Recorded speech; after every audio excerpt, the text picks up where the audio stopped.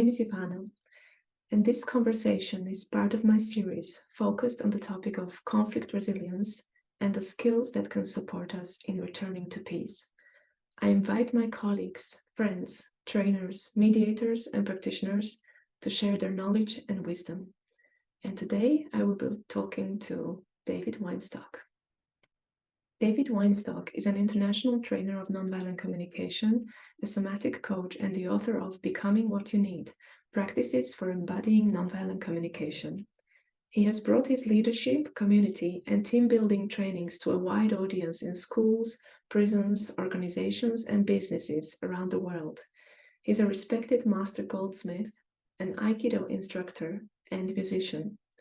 David and his wife Judith co-founded an intentional community with 8 other families in 1990. To this day, the community, which now has 4 generations, has practiced consensus decision-making and embraced the principles of nonviolent communication.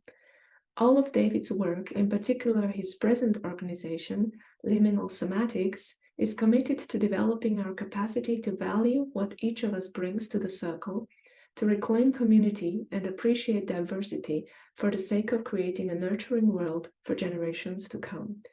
You can learn more about David's work at liminalsomatics.com. Hi, David. Great to see you. Thank you. Thank you for inviting me. It's a pleasure to have you here. And I'm curious to know from your experience, how has your take on conflict resolution evolved over the years? Well, let's see. That's a good question. Big one. It's changed so much. You know, I came from a family where, in particular, my father was very, power over kind of a thing.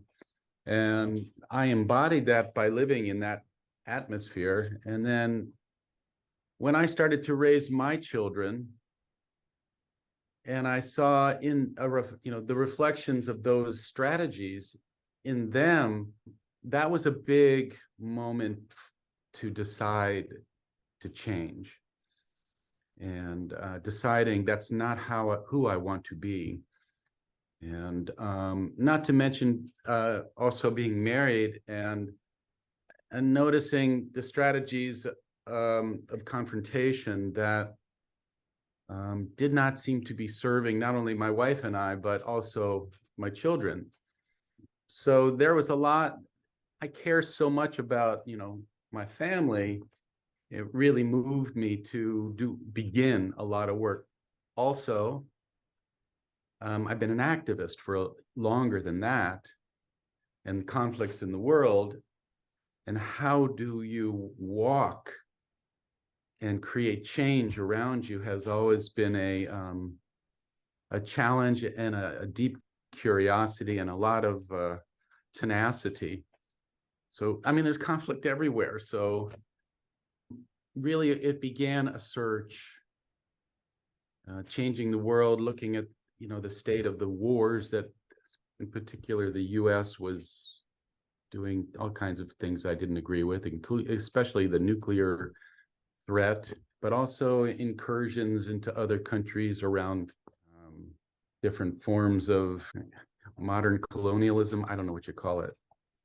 So anyway, a lot of motivation and wanting to find strategies, ways to work. And so I had to walk into the unknowns of new territories. So that's when I discovered some of the arts that I have been working with, one being nonviolent communication. And another big impetus was living in community. I live in an intentional community for 35 years now. And again, just a house of mirrors and a pressure cooker of relationships. When you have strategies that are trying to power through things, it creates all kinds of reactions. It's inefficient. It's no fun. It's painful. The art of nonviolent communication started then for me. Aikido, which is a way of harmonizing conflict, I began that. before that, actually, and somatics, which is coming home to our bodies, where our histories live, and having to go directly to work with that. So those are all the roads that come through me, among other things, but those are some of the main ones. And also as an artist. So. Oh, wonderful. Yeah. So thank you. Like I'm impressed by the richness of the modalities that you combine, like creativity, Aikido, then you're also a master goldsmith, and all this knowledge that you gain from the community as well.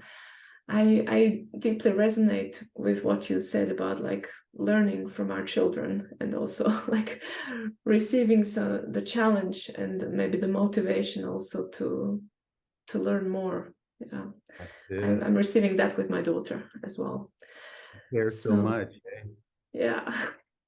It's a big So motivator to care.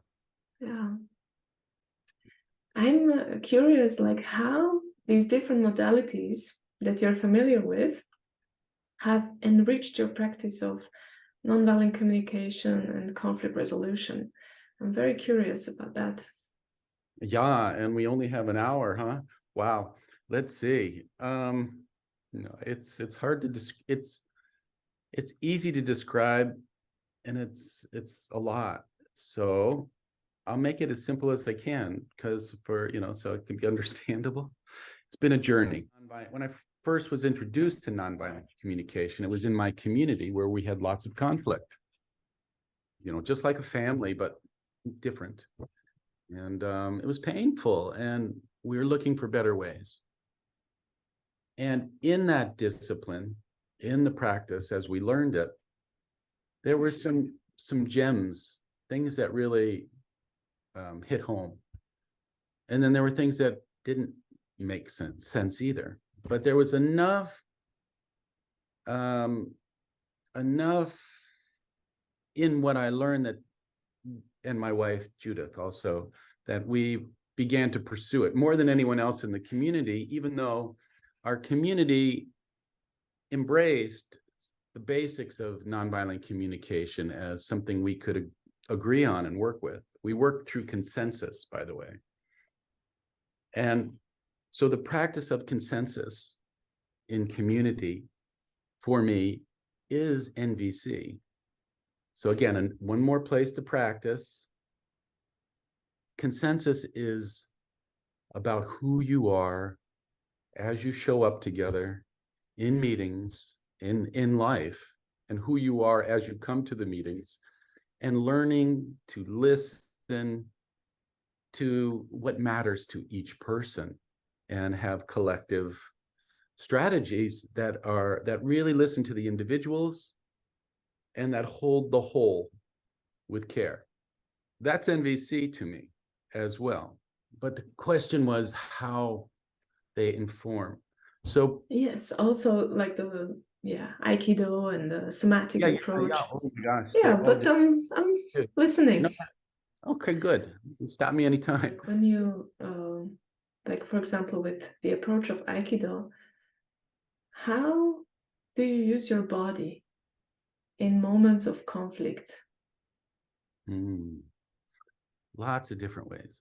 As when I saw Aikido or experienced it, and again, I'm very grateful to the teachers in my life. I met Marshall Rosenberg and worked with him, and Lucy Liu and Robert Gonzalez and several other people back when who had influenced me.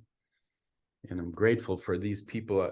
I consider them at my back, and my Aikido teacher, Sensei Koichi Barish, who's like amazing in that. And same thing in the somatic world, Richard Strozzi and Wendy Palmer and others. I've been very fortunate to have some people that I can draw from like that. It's good to have, people who know the territory. And the Aikido pieces, like the embody and somatics, they're all the same. First of all, I want to say something. These were all different things in my gathering, in my life. But what brought them together through me, and what brings the NVC through me, as we call it, we talk about embodiment, is what we were talking about in the beginning, like when we were talking about our family. It's like, what do you care about? And I start all my classes, all my sessions, intensives in particular, with that question. It's like, were you ever asked that question in school growing up? What do you care about? Were you one of the lucky ones who was asked that, Ivana? I don't recall that, but I do recall some instances that were very painful for me No. at There are school. those. But that question, what would you love to learn today? What matters to you? What do you care about? These are questions that are not asked of most of us in most of the cultures that I'm a part. I work with it, from China to Turkey to Germany to you, everywhere. It's just not taught. What is taught is how well you think. So we work with our thinking a lot. That's rewarded. But those of us who care and feel, that's not rewarded. And consequently, we end up not utilizing those faculties so well, and they become atrophied. They sleep. So this work is about waking up those faculties we have, and really going to that question of what do you care about? What brings you here, that you invited me to talk to you? What matters to you? What do you love? Because this is what empowers NVC practice, and any practice that's lifelong. And I approach NVC as a lifelong learning. I approach community as a lifelong learning. Aikido and somatics, again, whole life processes, much more than just tools, whole life processes. And so I care about articulating that well, my deepest needs and who I want to be. That organizes everything, so they all sort of become one. Does that make sense, what I'm saying? Yes, when I connect to what I deeply care about, I can let that kind of guide me. It kind of informs how I am in the world. That's how I'm hearing it. And Yeah, beautiful. That's embodiment right there, what you're describing. and I love that invitation, because it's also good for me to share that, I do this. This is an initiation or initiative that comes out of my care, my deep care for peace. Mm-hmm. And I do get touched when I share that, and I consider myself lucky that I can connect with people, with colleagues around the world who have a similar intention in their lives, and to share that. Like, how do we do that? Then there is that level of, like, the closest relationships. There is the level of community, maybe work, and then there is the societal level. Sometimes our options might be kind of limited, so I'm looking for inspiration. So I'm also wondering, like, what would you say are the skills that we need to be able to return to peace? Conflicts will happen, but how do we return to a state of connection? I think the foundation, how I approach it, the foundation, to live our life fully, like we just said, you have to know what you care about, because that moves us from the inside out, instead of always trying to get the external motivation. Moving from here is where our power comes from. That's first. When you just spoke a moment ago, it felt to me embodied. There was color to your face. I could feel a little emotion behind what you were saying, which is life. You are moving, you were engaged. And when you did that, you transmitted that care, which moved me. And this is how we operate as humans. This is the whole nonverbal part of it too. And so coming home, so knowing what you care about is how we can live our lives more fully. And to be in relationship we have to come home to our bodies. And that's the foundation, because it's so much more than words. And that was one of the big learnings for me for NVC.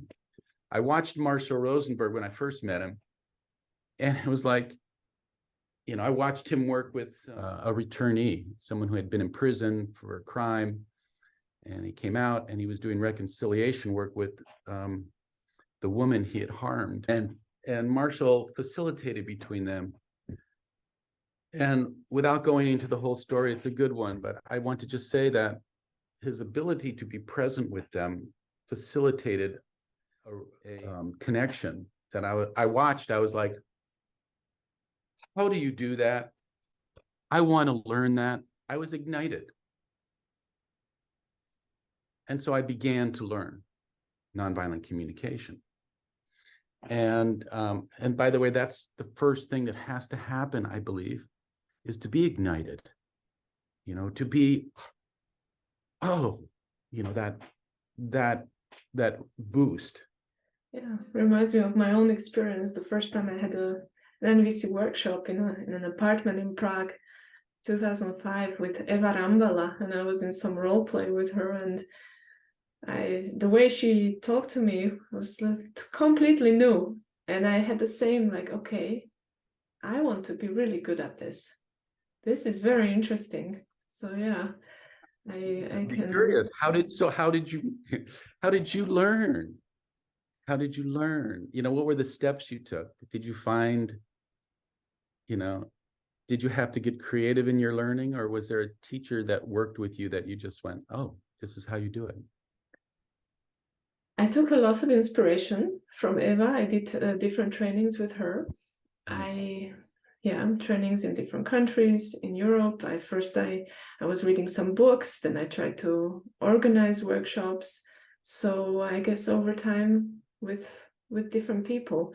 And so this came out of also my natural interest for language.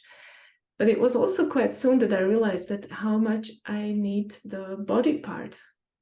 And I had had a yoga teacher training. I've been interested in dancing, etc. And then I decided to actually delve a lot more into the energetics of the body, and eventually also studying somatic experiencing. So for me, this, like, turning towards the body has been very, very important for the practice. Yeah. Well, so one of the first of all, it's like, how do you learn this? I remember going to the different teachers, and it was such a difficult thing to learn. Once I was being inspired by what I felt and saw working with Marshall in particular, and the little bits I got out of working in our community from as we were trying to learn, what woke me up to, oh, this is how I can learn it, is one day at a workshop, I was given the instruction by the teachers to sit with two women. There were three of us, two women, me and myself, and to listen with empathy as they had a role play argument. So I sat and I listened. And in that moment, as they were arguing, I imagined my attention opening, kind of like a bubble, and including them, and just listening from that place. And as I did that, what I realized was, oh, wow, I'm quietly but a part of this conversation, even affecting it somehow. And oh my God, this is Aikido.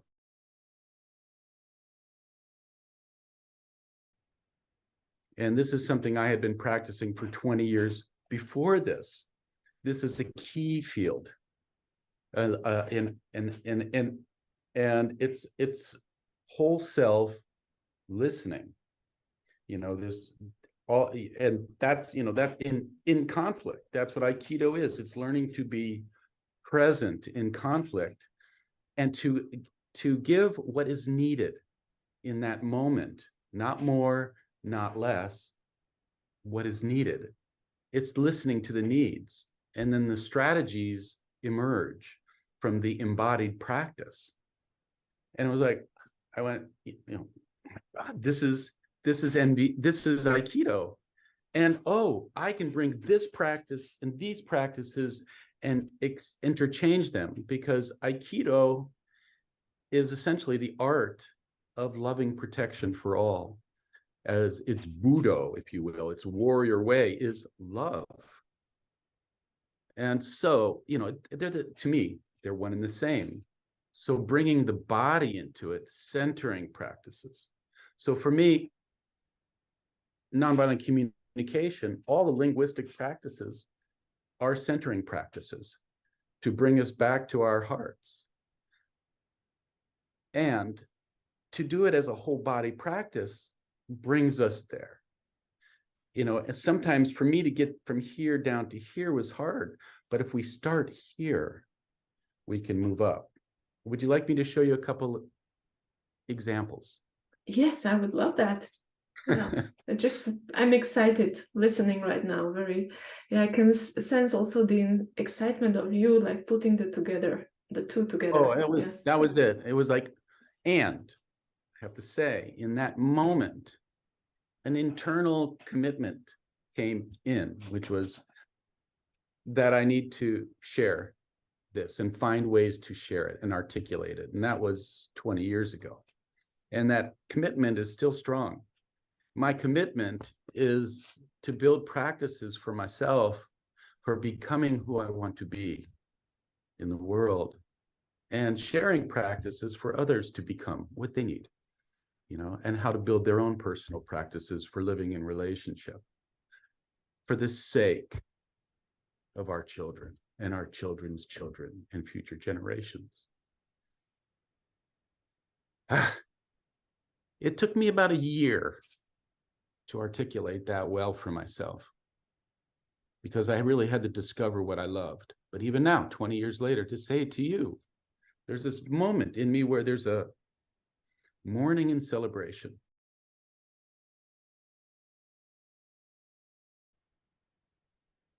Mourning and celebration. They're both gratitude. There's something I love in the world that I miss, and I grieve that. And there's something that I love in this moment we're connecting to, and that's celebration. They're both gratitude. And when I feel it, like I do right now, I'm connected to life. So that's how I understand it. Those distinctions in NVC we call mourning and celebration. But I'll show you a practice, okay?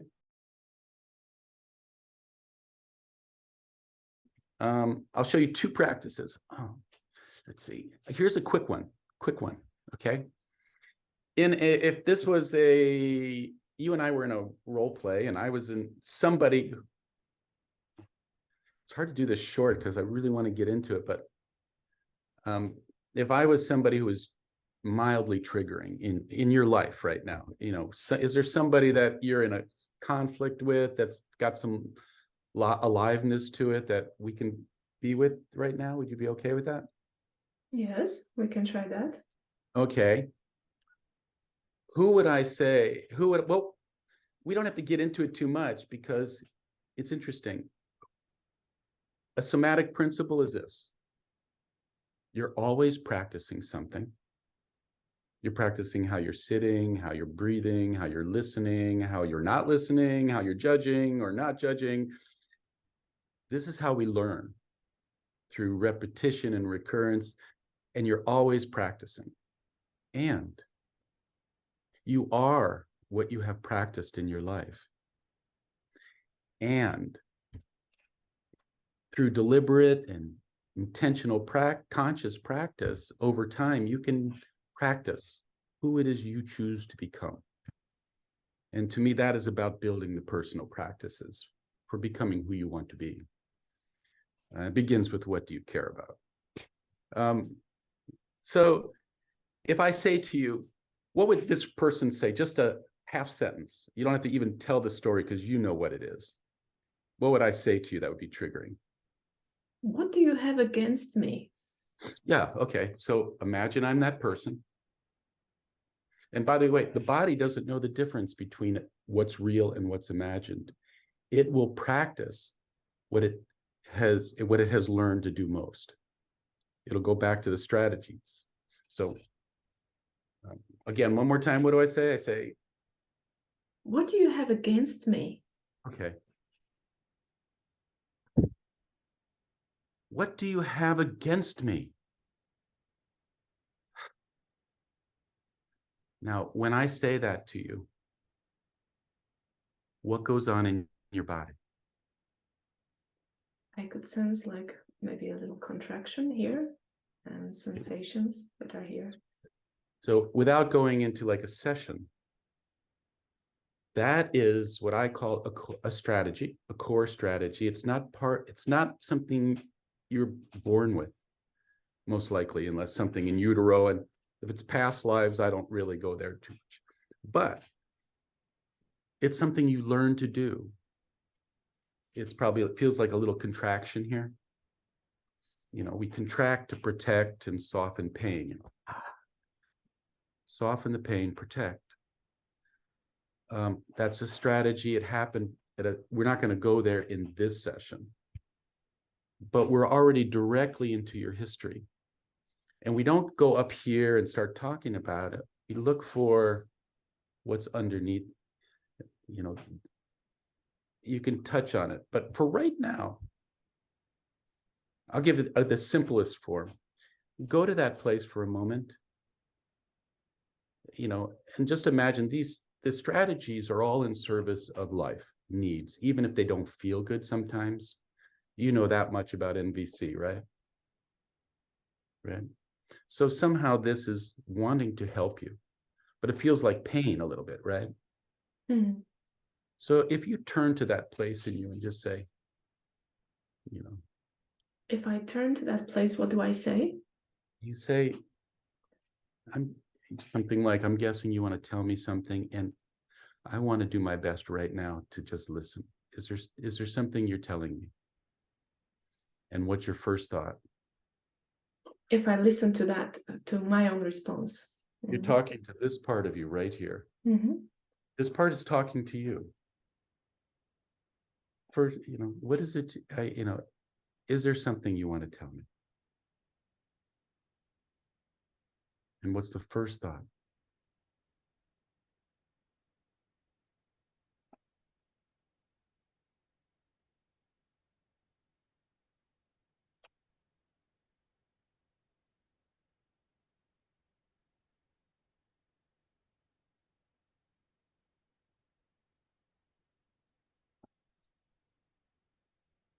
I guess now I'm in more in the experience, but maybe the first thought could be something like, I just want to be safe.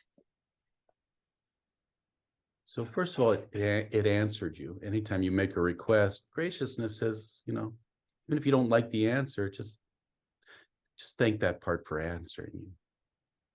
That's like going to the heart and just saying thank you. And when I say first thought, usually to get underneath our thinking, first thought, the first thing that pops in, just remember it. That's just a nice tool. Okay. And then you could turn to that place again and just say, is there anything else you want to tell me right now? I do want to really hear. And, and if you haven't listened to that part of you much in your life, you can say, and I know I haven't listened much. I want to change that now. Mm-hmm. And so you ask that part, is there anything else you want to tell me? Mm-hmm. And go to the first thought.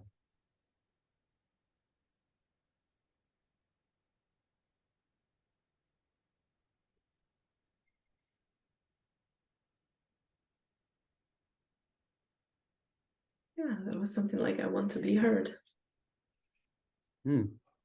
Again, just gives a little gratitude because that part of you answered you. You can see that this begins a conversation. mostly for a while listening. And with anybody, whether it's here or over there, if they haven't been listened to, they were probably in some pain and probably need a lot of that empathic listening for a while. So that's just turning it inward. And it's the same process: inward listening, outward listening. Listening to the intention, to the source of the strategy, and not judging it, just wanting to know and care. So that's one practice. Here's another one. This one I like too. Okay, ready? Let's make it a little stronger. And I'm going to say to you something else that might be just some, not hard to hear. What would I be saying to you? And if you want, you could tell me who I could be. It doesn't matter. Put it here in a strict tone. Okay. Put the stuff here. All right. Got it. Now, first of all, I'm going to imagine you're standing right in front of me. You're on my line. Okay. Okay, Ivana, put it here and listen. I know best. Do what I say. Okay. Now, when I say that, what goes on in your body? I would need to hear it like maybe just once, a bit stricter to access it. Yeah. Put it here. And what happens when I do that in your body? There's a little, like I feel some heat in me, but that's also kind of connected, like that we are recording it. And also there's a little contraction in the solar that I find. Okay. Now here's a lovely practice. Because when we listen, we're taking it in. It like hits us. And most of us are taught that if someone is talking to us, we have to take it. We have to listen. Here's an alternative. So imagine this is a train coming at you. Get off the track. Turn and let it go by. Don't move farther away. This is a body thing, by the way. Don't move closer. Don't move farther away. Just get off the line and get a different perspective. Okay, don't move back. Don't move, because you can feel when I move away, right? Mm-hmm. And you can feel when I lean into you. Now do this. I know, and this is an exaggeration. We learn with exaggeration. Go like this, open your arms, and see where it comes from, and watch it go by. See where it comes from, watch it go by. Okay, I hope you're listening to me now. Put it there. Watch it go by. Watch it go by. Don't let it touch you. Yeah, right there. Right there. Watch it go by. See where it comes from. Don't let any of it touch you. Okay. How is it there? I mean, immediately, like when I turned, I could feel the spontaneous exhale happening. So already like turning into that position or having that possibility. I'm sitting on the ball, so it's a little, I need to I understand. practice here a little bit. But I think it was relieving for me to have that possibility to open the space for that, but not be in the line of fire. Right. I call that, by the way, wind. And it's, if you step off the line, you go to wind and then go to ground too, which is like, and remember what you care about. So this is a relaxing your system, not taking it so personally, not going away or not trying to fix it, just letting it go by a little bit so you can relax your system. This is self-regulation. And those of us learning empathy, there's a lot of information coming in as we build this faculty for listening. We also have to build our skills at knowing what is too much for our systems. So we can let some of it go by to relax our system, because the more relaxed we are, the more aware we can be. Yeah. So that's called wind, and that's the body. Now, if someone's doing that in your life, you're not just going to stand there and go like this, because they're going to think you're crazy. But you can do this. Huh? Really? Tell me some more. Okay, Or you can go like this.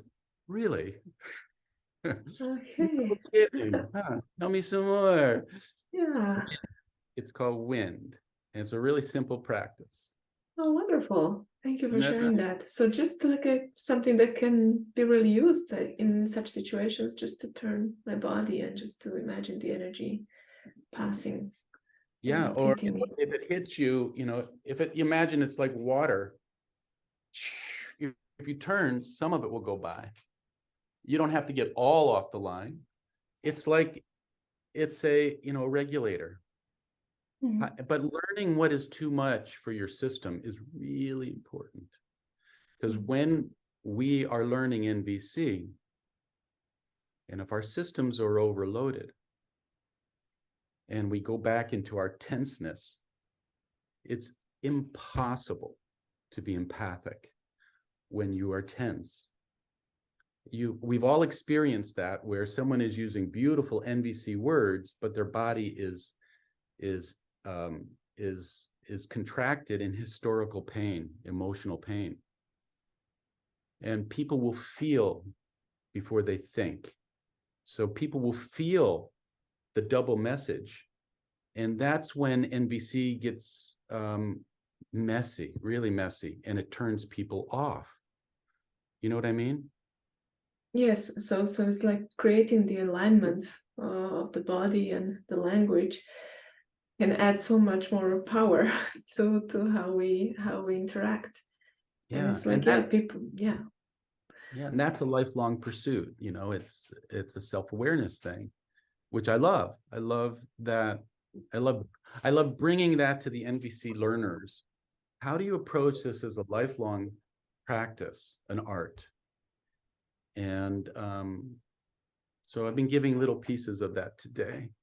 Well, I'd like yeah. I'd like to share one more. I think you might really enjoy. Okay. Well, that's very, very generous, David. And also for our viewers, which Oh, I this is love my to share. intention to also provide the skills. Yeah. Yeah, no, me too. I can talk all day, I think, but I really love when experiential practices that people can take home and practice. This one is a way of exploring needs as a whole mind body experience, and not only that, a way to bring those qualities we call needs, integrity, honesty, dignity, those things, to bring that into our listening empathic field. Okay, so as we become more integrous, more kind, we transmit that. So this is a practice for practicing that. Okay. Okay. And I'm going to put it we could spend all day teaching this and exploring it. It's expansive practice. It's simple and expansive. But for you and your viewers, I'm just going to go through it once, and then they can practice it, and you can practice if you choose. And again, I'm always open to conversation, so people can write me, davidkweinstock@gmail.com, and I'll answer questions. Okay. It goes like this. It goes like this. 4 parts. It's called SURF. SURF. Shape, unify, resource, field. SURF. Shape. Head above heart, above belly. Vertical line. Thinking, feeling, intuiting, connecting to the earth. A deep breath. Make a sound. Go like this. Go. There you go. That relaxes your system a little bit. And again, I'm doing it quick. You can do that a bunch of times. I often say, soften your eyes, let your tongue rest on the floor of your mouth. The weight you're carrying on your shoulders, put it on the ground for now. You can come back to it later. Unclench your sphincter muscles, your sit bone. Feel your seat and your feet on the ground. That's the shape. Unify. SU, is a breath. And we just did it. We do it again. Remember, the more relaxed you are, the more aware you can be. The more relaxed your body is, the more empathic you can be. Now, R is for resource or need. You know, what is one need you would love to cultivate more of in your life, Ivana? Just one. I would like to cultivate peace. Okay, let's work with that one. So shape is the shape, unify, breath. The whole practice long takes 10 seconds, but you can stretch it out. So this is a question to the body, and engage your imagination. And it's an empathic question to the body, meaning an empathy question is one where you don't know the answers, you just care when you ask because you would love to know. It's about connection too. So you ask your body this question, you ask your whole self, how would it feel right now just to have a little bit more peace? What would that feel like? And let your body show you what that might feel like. What would a little bit more peace feel like?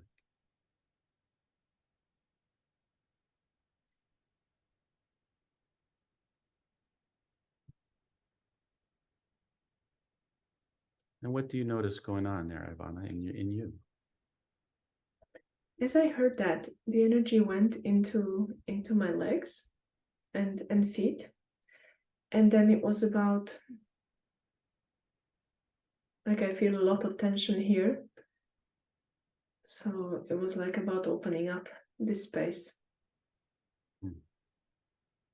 So it's that in the feet and the legs.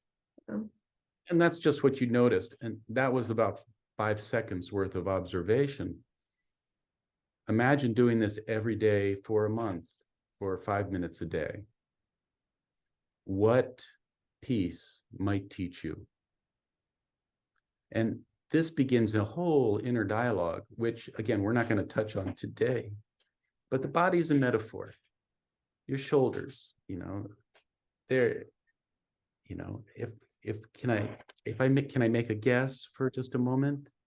Again, do you feel like you carry a lot of weight on your shoulders? Yes, I do. Okay. And, your heart is obviously, all these are, and just the way you spoke with this part of you, this part of you is giving you a lot of information. And I'm guessing maybe, it might lead first just listening. Don't go to strategies. And then, I could easily imagine a strategy might be, hey, I carry a lot on my shoulders. I need support. And I'd love to share this or something. And if I even ask your shoulders that, which might sound silly, but hey, shoulders, is this what you're trying? Is this part of what you're saying? What do your shoulders say? Yeah. And this is, empathy. This is empathy, by the way. Empathy comes to us in much more than words. And learning to listen to the subtle messages of our bodies puts us in touch with the subtle messages of others. Same practice. And not only that, it becomes more visible. You can see the histories that people carry. And you can feel it, I guess. And you can sense it in your system also, yeah. You become more skillful at listening. And this is about whole self communication. And you cannot lose your histories. And we can learn through it. And those things, those protection places, right? We're protecting precious, precious parts of ourselves. And for good reason. And the practice is not to judge the strategy, but learn to appreciate the intention of that younger you who put that in place. And then you practice it to become a part of you. I need to carry this. I need to carry this. Somewhere you learn that for good reason. Yeah. Learning to just appreciate the intention of that younger you, which was to make sure you're okay, probably, to make sure you're safe, to make sure you're loved, primary. Yeah, and when I received that message, that like the appreciation for the protective part, I can notice myself being touched by that. So yeah. And when you feel touched, what did that feel like right there? That's somehow like a little bit of more softness, I would say. Kind of sweetness, tenderness. Yeah. And I could feel also the kind of tears being ready, like the grieving there. The little sweetness. Yeah. Morning in vibration, little sweet sadness. Yes. Yeah. So what you're doing there is you're touching something that you have missed. And that's the sweetness. There's a part of you you've missed and that you are not in contact with. And that is sad. It's a part of you you love that you miss. That's gratitude. And there's a part of you that you love that you just connected with, and that's celebration.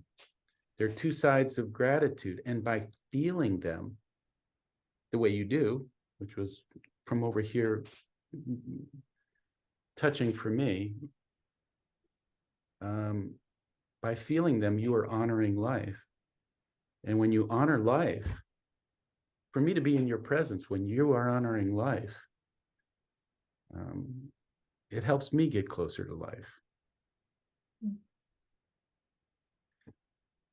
So, I didn't even get through the practice. That's only 3. S-U-R. Oh my. The rest? It's wonderful. And this is something that you came up with, David? This kind of acronym? Wow. Yeah. Well, I'm teaching you a key field, but I'm also teaching you an empathic field. They are the same to me. This is my commitment 20 years ago to develop a way to share this simply.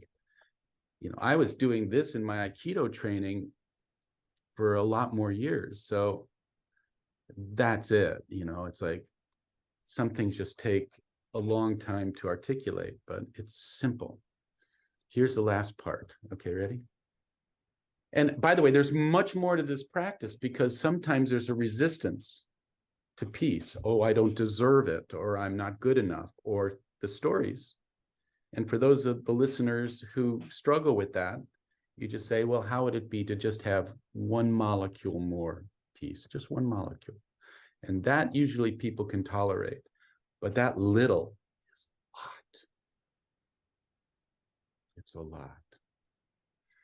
And then each day you a little more, but start small. Less is more in this work. So ask it briefly, shape, unify, resource. How would it feel to have a little more of that peace that you love? Just a little more. And then breathe into it. And you can imagine, peace filling you up. If that's hard, just care. And then very slowly imagine it's sort of bring attention. There's different ways to do this. You can imagine it kind of seeping out of your pores in all directions, or you can just bring your attention to the little space in front of you, to the side, behind, above, below, kind of this sphere, but make it a sphere, a bubble that you're in the middle of, okay? Can you imagine that? Yes. If you can't, that's okay. There's no wrongs to this work. It's always, no, I can't feel that. That's interesting. Can you imagine that space behind you too? Yes. Some people can't, especially those people who feel like I got to do it all myself. They're not used to feeling support back here. So, and bring that sense of peace into the bubble. Can you do that?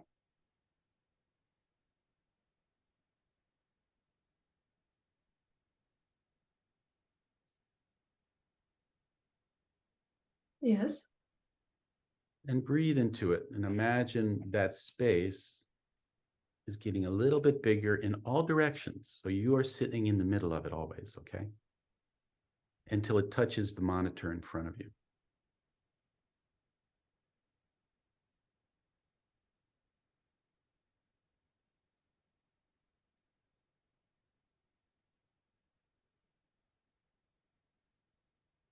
So is the bubble touching the monitor?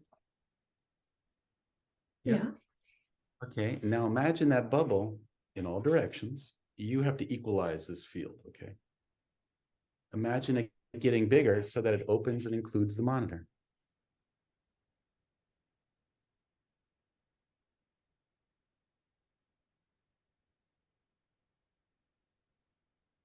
Is it in there? Yeah. So, yeah, so now we're in it together. How does that feel? How does that change? Yes, yes. The perception is different. I'm wondering how to describe it, but I sense this kind of like opening.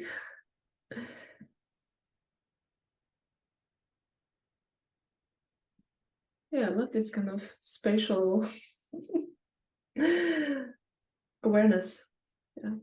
And what was happening that first, in response, like my body, I could feel something in my stomach, like rumbling, and then that energy kind of distributed from there also into the space.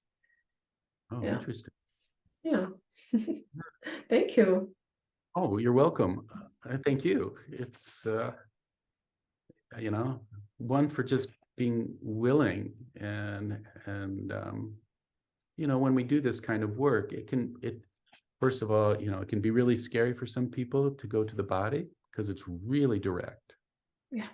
Yeah. And so anyone doing this kind of work, really just go with slow and with care and really respect who you're with and their choices above anything. Don't push. And always ask permission. Yeah, so there's that movement, and there's so much. That's the somatic part too, that opening, and when things start to move, and that warmth you were describing, that's like blood and life moving in places that, as we open a little more. And that field that you were just working, that's an empathic field. That's, so it's a really different way. I remember working with the two teachers way back when, and the instruction was, okay, so the third person, which was me, listen with empathy. And I'm going like, what is this empathy? How do you do this? And that's when this practice, that one emerged. And I was like, oh, and like, oh, because I had been intellectually trying to figure out empathy when it emanates from here. So going here first and aligning it and then opening from that place. So would you say that as a mediator, I might use that capacity of the heart and include the parties in the space that I create into that field, and something can change there? Do you experience it like that, for example, when you're in that role? Yeah, I watch what happens. It's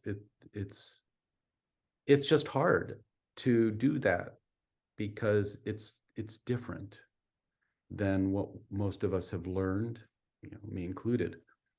And it's a practice, and there's more to it, but that's a great beginning one of that opening in the field. And this field is it's a boundary. It's not a wall. It's a choice maker. It's a choice maker. It's a shock absorber. So when someone comes, instead of getting shocked, you can receive them. And if you don't want to, it tells you, no, please stop. And you can articulate that. There's a lot of information when we listen, and more information than we think. And I can imagine that when you are aware of that field, you can respond faster. Right. And again, the more relaxed you are, the more aware you can be. And this field is also something that helps to keep you safe. Because again, it's a lot of information that we are learning with empathy. That's why we have to also do self-regulation, because sometimes it's too much and we don't even know it. So to be able to feel and feel what's going on in us, there's, it really puts us in touch with a lot of information we can utilize to keep us safe, and learning to listen to it and pay attention the way you paid attention to this part of you and this part of you today. Yes. That's part of the listening. Yes. And I can imagine like how having that continuous practice of a dialogue, inner dialogue, how that can then increase the capacity to kind of listen to others. It is. Yeah. And I can also imagine, please, David, that I imagine like how you're being in the intentional communities over the years, how it gave you like such a great field of learning in terms of what you share here. Yeah. And I still have as many difficult relationships as anyone else. It's just learning to navigate them a little better over time. It's a lot. It's really a lot of, our world is so fragmented. Relationships are so fragmented. There's so much to reclaim, so much that we don't even know, because we've lost that ancient ecosystem of human relationships too. And there's so much to reclaim. And this is really important work. And it's great to know that it is reclaimable, that the seeds are there. It's just about like opening that up. I guess the last piece I might want to just bring in to this wonderful conversation, besides gratitude to be here with you and to get to know you a little bit more, and a lot, just appreciate it, that those places we contract around, like our heart, for example, or our belly, or all different, everybody's different, but there's a lot of these, but for example, the heart, there is a time, most likely, when we protect it and learn to do it in certain ways, where it's not being honored out there or appreciated. So we learn in our own intelligence to keep it dear, keep it to ourselves. And as an adult, we can come up with a lot more strategies than as a kid. And there's an intelligence in us that said, keep that safe. So these things that feel like reactions, as we learn to empathically listen to them and the source and build that inner trust, what I find over and over and over in myself and everybody I work with is that as we slowly, can't force it, but slowly, skillfully become more vulnerable and in touch with these parts of ourselves, because when we're tight, it's hard to be in touch. So the more we open, the more we can be in touch and utilize these resources. And as we do that, these become our greatest gifts.